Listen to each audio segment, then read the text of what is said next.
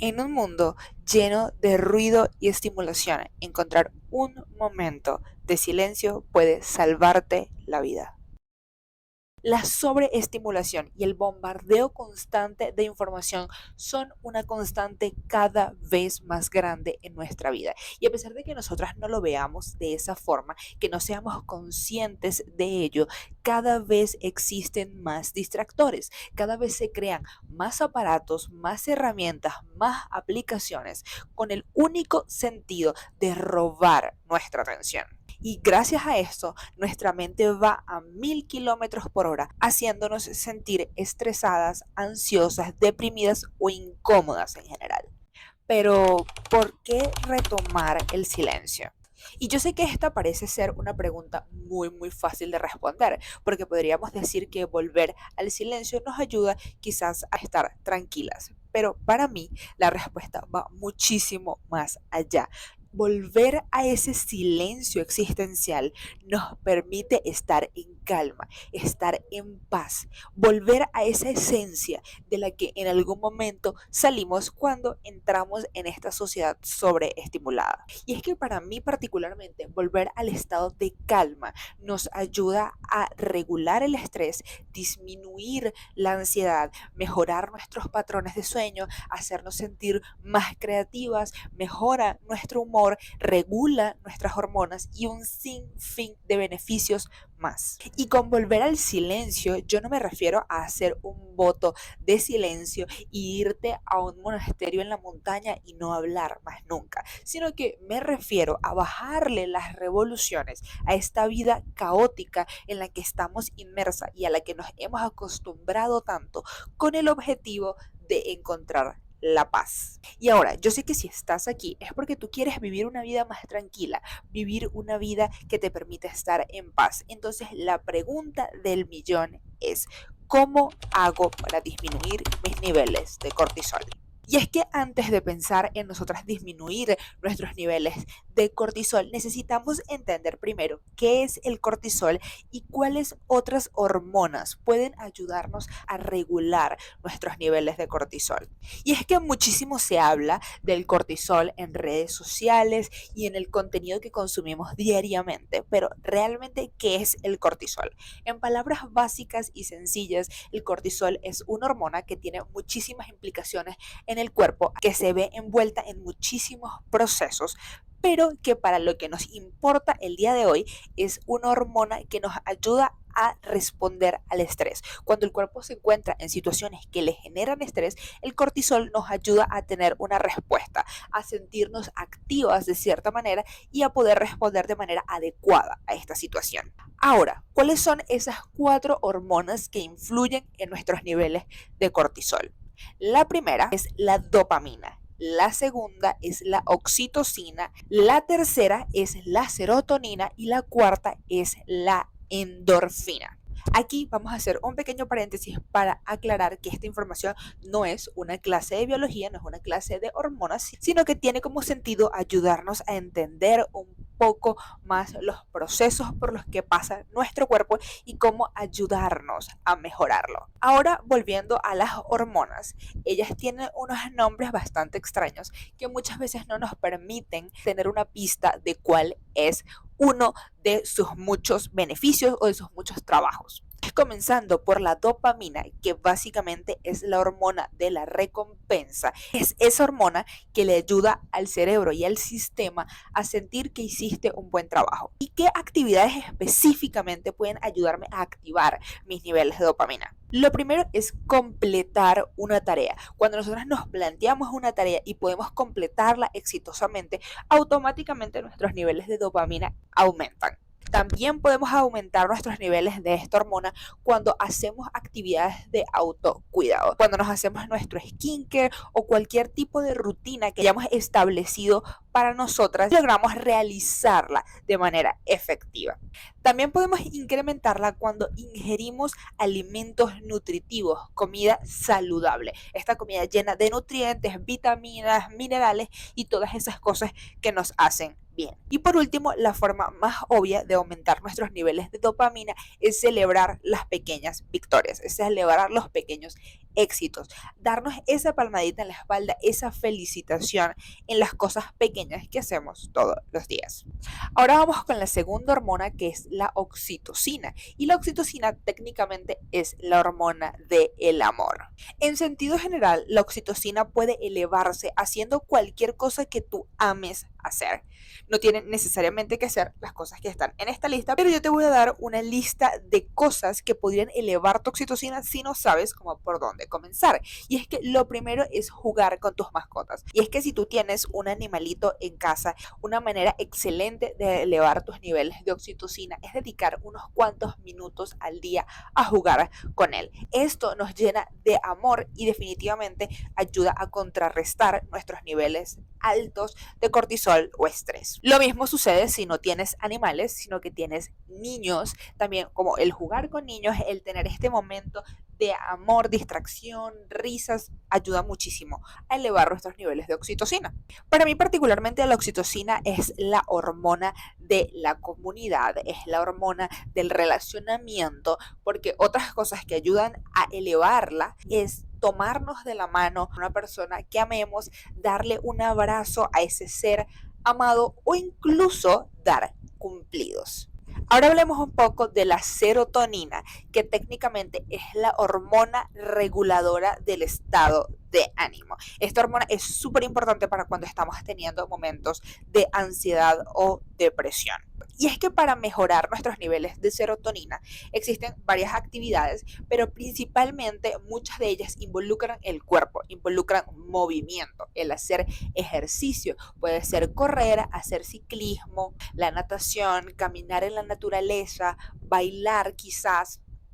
Yo siento que para mí particularmente la serotonina se activa cuando la sangre está bombeando, cuando estamos haciendo algún tipo de ejercicio cardiovascular. También otra forma excelentísima de elevar nuestros niveles de serotonina es la meditación.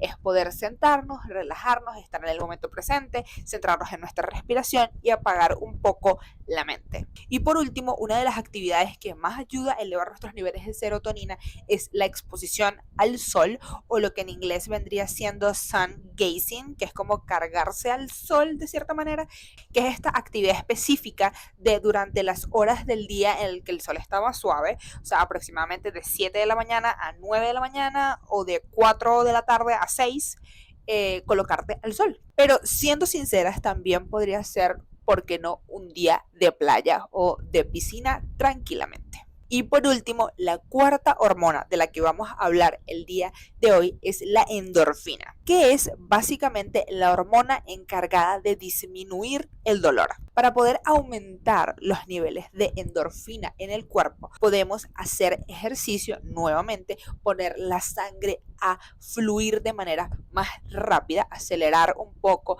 el corazón, utilizar aceites esenciales que nos ayuden específicamente a relajarnos, como el aceite de lavanda, mirar alguna película o serie de comedia que nos ayude a despejar la mente y a reírnos un rato, comer chocolate negro, chocolate oscuro, de este chocolate que no tiene ningún tipo de lácteo, pero que es alto en grasas, es bastante concentrado. Y por último, una de las cosas que más activa nuestros niveles de endorfina es la terapia de la risa. Si no sabes exactamente de qué te hablo, pues técnicamente es una terapia en la que se busca que a través de la risa podamos mejorar nuestra mente y sanar el cuerpo. De todas maneras, acá mismo en YouTube puedes encontrar muchísimos videos en los que hablan sobre ello. Ahora sí, ya tenemos claro qué hormonas intervienen con el cortisol, cómo puedo ayudar a bajarlo, pero exactamente qué son estas cosas que yo he probado y que a mí me han funcionado para disminuir mis niveles de cortisol y estrés. Una parte esencial de mi día para mí es la meditación, el poder apartar unos minutos del día de todas las listas de tareas y preocupaciones que tiene uno en la mente y como desconectarte, poder estar solo centrado en la respiración, bajarle la velocidad a los pensamientos y como aterrizar, estar en el momento presente. Para mí ha sido un life changer. Y es que una frase que a mí me encanta muchísimo dice que cuando tú menos ganas de meditar tienes, es cuando más necesitas hacerlo. Porque créeme que yo sé que empezar a meditar no siempre es sencillo, que al principio la mente se siente como muy dispersa y tú sientes que sencillamente estás perdiendo el tiempo, pero siendo perseverante realmente es una práctica que puede brindarnos muchísimos beneficios. Otra cosa que me ha ayudado muchísimo a sentirme mucho más relajada son los ejercicios de respiración. El respirar técnicamente es la vida ocurriendo a cada instante. Y como siempre lo hacemos de manera tan natural, como tan automática, muchas veces olvidamos eso mismo, que la vida está ocurriendo cada vez que nosotros tenemos la posibilidad de inhalar y exhalar. Entonces yo tengo como diferentes rutinas de ejercicios de respiración dependiendo del estado de ánimo o del momento en el que me encuentro en el día. Por lo menos para cuando estoy teniendo ataques de ansiedad, me gusta la respiración 4-6, en la que inhalamos en 4 tiempos y exhalamos en 6 tiempos. Esta me ayuda mucho a regular la respiración cuando estoy teniendo ansiedad y siento que como que no puedo respirar. Cuando quiero relajarme específicamente, siempre me gusta utilizar la respiración 6-8, que es la respiración en la que inhalamos en 6 tiempos y exhalamos en 8. Y así voy extendiendo la exhalación hasta llegar, no lo sé, a 15, 20 más o menos. Y otro método muy interesante que descubrí hace muy poco es la respiración 4-7-8, en la que inhalas en 4 tiempos, mantienes por 7 y exhalas en 8 tiempos. De ese específicamente hay muchísimos videos aquí en YouTube donde ellos van contando y tú vas haciendo tus respiraciones. Otra forma excelente de reducir los niveles de estrés a los que estamos tan acostumbradas diariamente es la visualización creativa. Y este para mí tiene un valor muy significativo porque yo siempre he sido una persona muy creativa. A mí me encanta imaginar el futuro y historias que quizás no tienen que necesariamente ver conmigo, pero es como siempre ver como esta película en tu cabeza. Entonces, la visualización creativa nos ayuda muchísimo porque cuando tenemos altos niveles de ansiedad, muchas veces nos dice y nos plantea estos escenarios catastróficos, nos muestra estos escenarios horribles donde todo termina mal y donde estamos como sufriendo y nos hace vivir este sufrimiento antes de que realmente ocurra. Entonces, cuando hacemos visualizaciones creativas, técnicamente hacemos lo contrario. En vez de imaginar el peor escenario posible, imaginamos el mejor escenario posible y nos metemos en esa película, como en esa escena. Y esto es magnífico porque técnicamente, según la ciencia, el cerebro no tiene la capacidad de discernir si lo que está sucediendo es como una imagen mental o realmente es la realidad. Entonces, para él, lo que está sucediendo, lo que la historia que le estás contando está ocurriendo. Y él genera las hormonas que corresponden a la escena que estás viviendo. Entonces, si estás viviendo una escena maravillosa donde eres feliz, donde todos tus sueños se hacen realidad, donde te sientes tranquila, lo que sea, el cerebro va a recrear esas hormonas y va a ayudar a disminuir nuestros niveles de cortisol y hacer que nuestro estado de ánimo esté mucho más estable. Siguiendo con esta línea, otro factor muy importante para mí ha sido la creatividad. Como ya les dije, yo siempre he sido una persona muy creativa, una persona muy manual, a la que le gustan muchísimo las manualidades y hacer cosas con las manos, crear. Y para mí, poderme dedicar un tiempo a crear sin un objetivo claro, sin querer crear una pieza de arte que vaya a vender por millones de dólares mañana, sin querer terminar un mural de 10 metros en 2 horas, me ha permitido conectar conmigo con esa sensación de tranquilidad, con esa sensación de serenidad, de calma, que es la que muchas veces estoy buscando cuando me siento ansiosa. Ahora hablemos de poner un poco el cuerpo en movimiento. Y es que para mí particularmente el ejercicio ha sido milagroso en cuanto a tratar mi salud mental. Y es que yo también fui de esas que decía que odiaba hacer ejercicio. Yo detestaba hacer ejercicio y era algo que nunca quería hacer. Pero cuando comencé a tener problemas de salud mental, comencé a tener muchísima ansiedad, El ejercicio fue algo que me salvó. Yo hacía ejercicio simplemente para deshacerme de esa sensación incómoda en el pecho de ansiedad.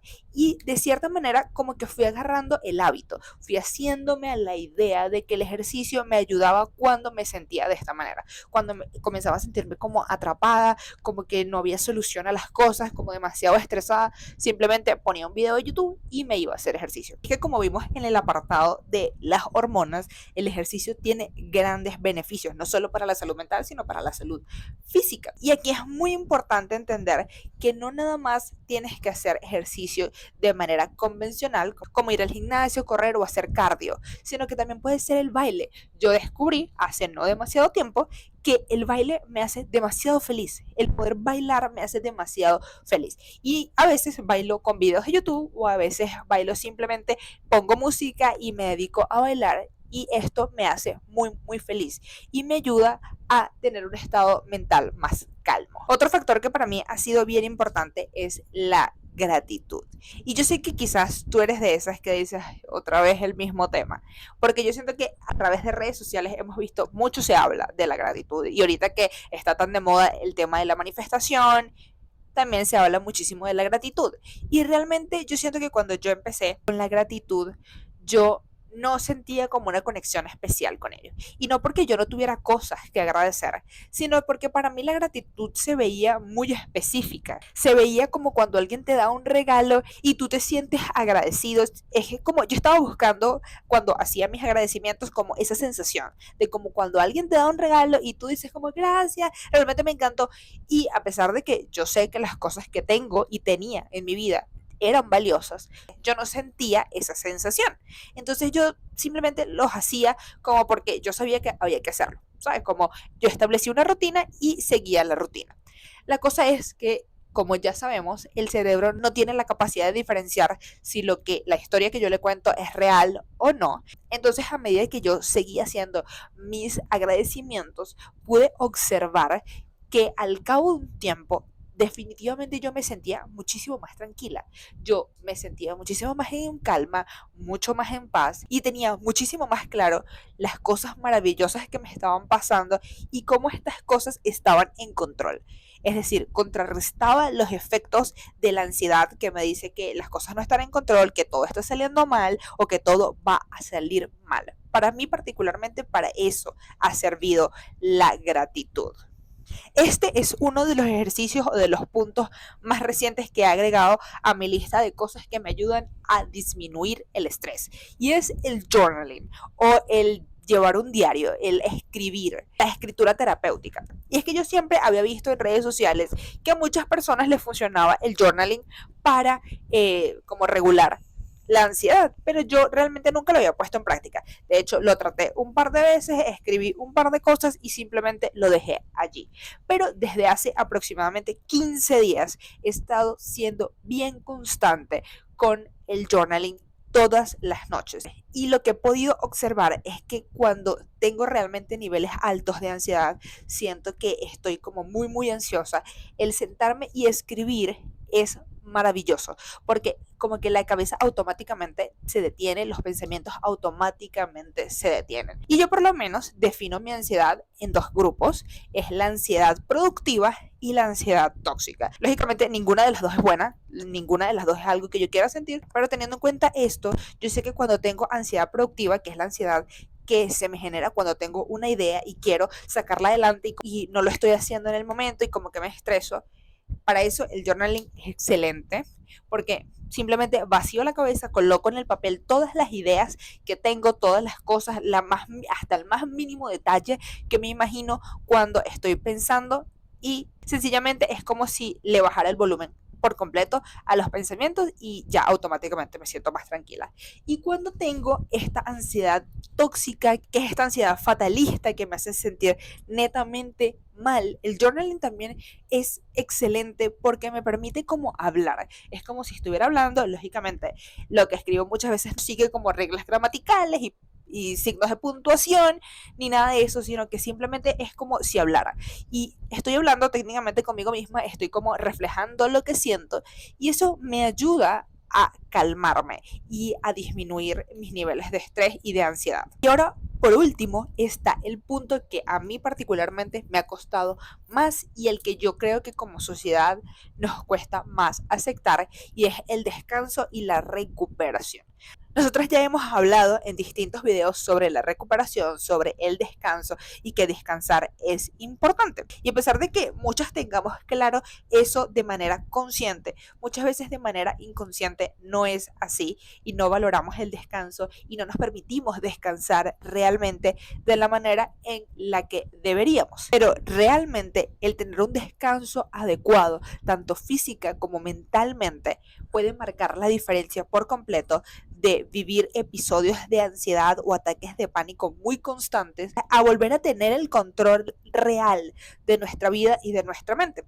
Yo particularmente en este punto, que es algo en lo que sigo aprendiendo, en lo que sigo trabajando, lo que hago principalmente es ser muy empática conmigo misma y entender cuando realmente no quiero hacer algo, cuando realmente necesito descansar, cuando el cuerpo me dice ya definitivamente no puedo más, o cuando la mente está como sobresaturada, como cansada, no hay ganas realmente ni motivación de hacer nada. Entonces yo sé que es momento de descansar y también estoy tratando de implementar los descansos cortos, descansos intrajornada dentro del día. Voy tomando pequeños descansos como para poder desestresarme y relajarme un poco más y así evitar tener picos ansiosos. Algo que también me ha funcionado mucho es crear una rutina de descanso, que es básicamente planificar los momentos en los que vas a descansar.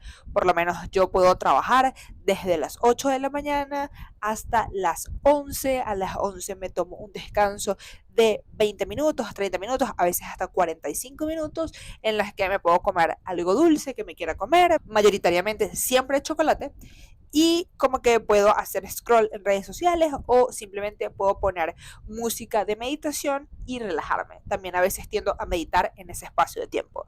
Luego continúo con mi día como hasta las 2 de la tarde, donde ya es hora de almorzar, me siento, descanso, almuerzo y muchas veces después del almuerzo me voy y me permito tomarme una siesta. A veces mis siestas son bastante más largas de lo que deberían y me tomo siestas de 2 horas aproximadamente. Y después continúo con lo que deba hacer. Aquí cabe aclarar que por lo menos mis picos productivos siempre son en la mañana, entonces yo después del almuerzo trato de dejar cosas que sean sencillas y que no tenga yo que utilizar como mucha capacidad mental, mucha energía mental para hacerlas, para así poder entrar como en ese flow de la noche y sentirme más relajada. También dentro de mi rutina de descanso tengo 2 días a la semana que me dedico a descansar. Por lo general siempre lo hago el fin de semana, sábado y domingo. El sábado yo lo dedico a descansar completamente. Me gusta estar simplemente acostada y ver videos. Trato de no hacer más nada. Y el segundo día, que tiende a ser el domingo, es un día de descanso activo porque es un día de self-care, es un día de lavarme el cabello, hacerme mascarilla, como todas estas cosas de autocuidado y de cuidado del entorno, porque también limpio el cuarto, lavo la ropa, estas cosas que técnicamente, a pesar de que son como tareas, tienen el sentido de cuidarme a mí misma.